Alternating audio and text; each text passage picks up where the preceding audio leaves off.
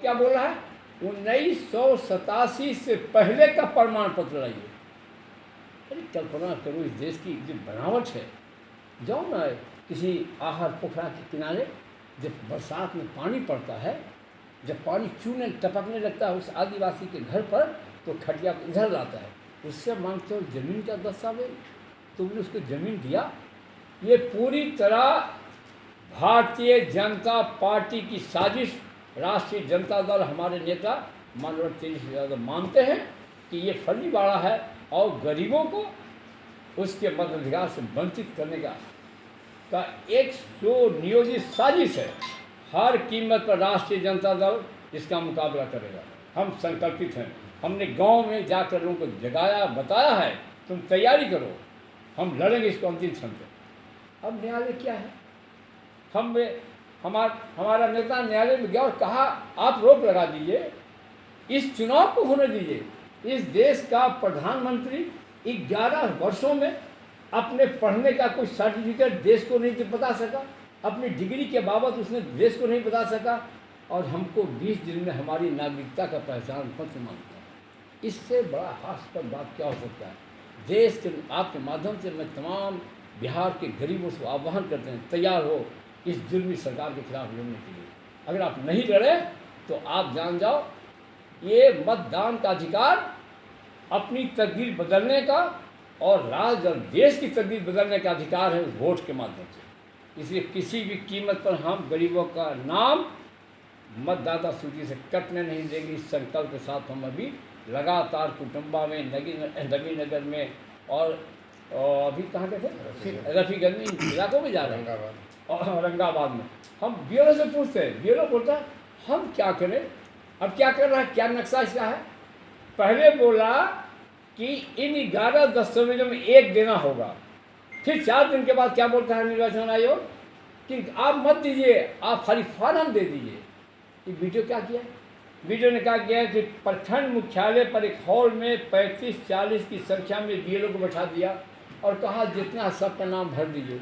जिसका नाम उसको ही पता नहीं, आपने उसकी पावती रसीद नहीं दिया, आपने उसका हस्ताक्षर नहीं करवाया। ये टोटल फर्जीवाड़ा है और ये राष्ट्रीय जनता दल इसका विरोध करता है और हर स्तर पर करेगा। या हम भारतीय जनता पार्टी की साजिश को कामयाब नहीं होने देंगे और हम इसके खिलाफ लड़ेंगे। इस संकल्प के साथ हम लगातार गांव में घूम रहे हैं और आप सबका साथ चाहिए, क्योंकि सवाल किसी एक का नहीं बल्कि पूरे समाज का है। ये सब क्या अनाप शनाप कर रहा?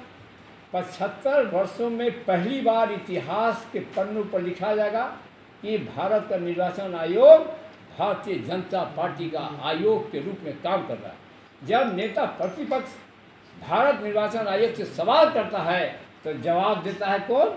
सम्राट चौधरी। अरे तुम निर्वाचन आयोग नहीं हो।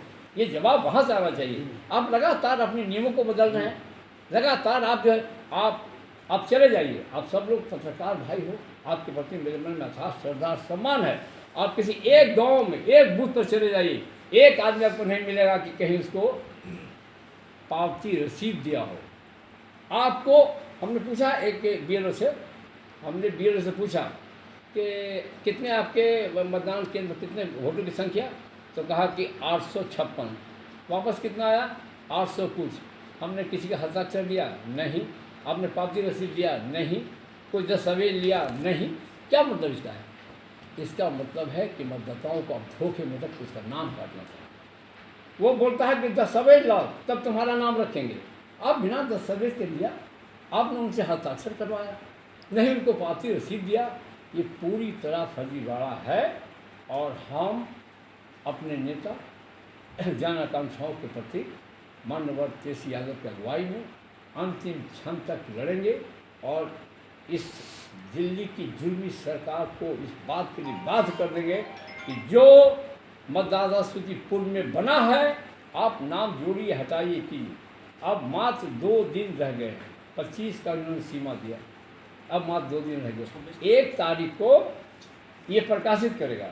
जिन लोगों का नाम कट जाएगा वो अपने अधिकार से वंचित हो जाएगा। इसलिए मैं हमारे राष्ट्रीय जनता दल के तमाम कार्यकर्ता के माननीय अध्यक्ष यहाँ बैठे हमारे हैं, उसे मत के अफसर नहीं, और ये संतु कुमार जी हैं, ये उदय उज्ज्वल जी हमारे पार्टी के वरिष्ठ नेता, हम लोग तमाम गाँव में जाकर एक जागरण के रूप में, एक आंदोलन के रूप में हम इसको लिया है, राष्ट्रीय जनता ने गंभीरता से लिया। आज सब चुप है। देखो ये क्या होता है, अब इस देश में गरीबों का नाम कट रहा है, चिराग पासवान चुप बैठे हैं। ये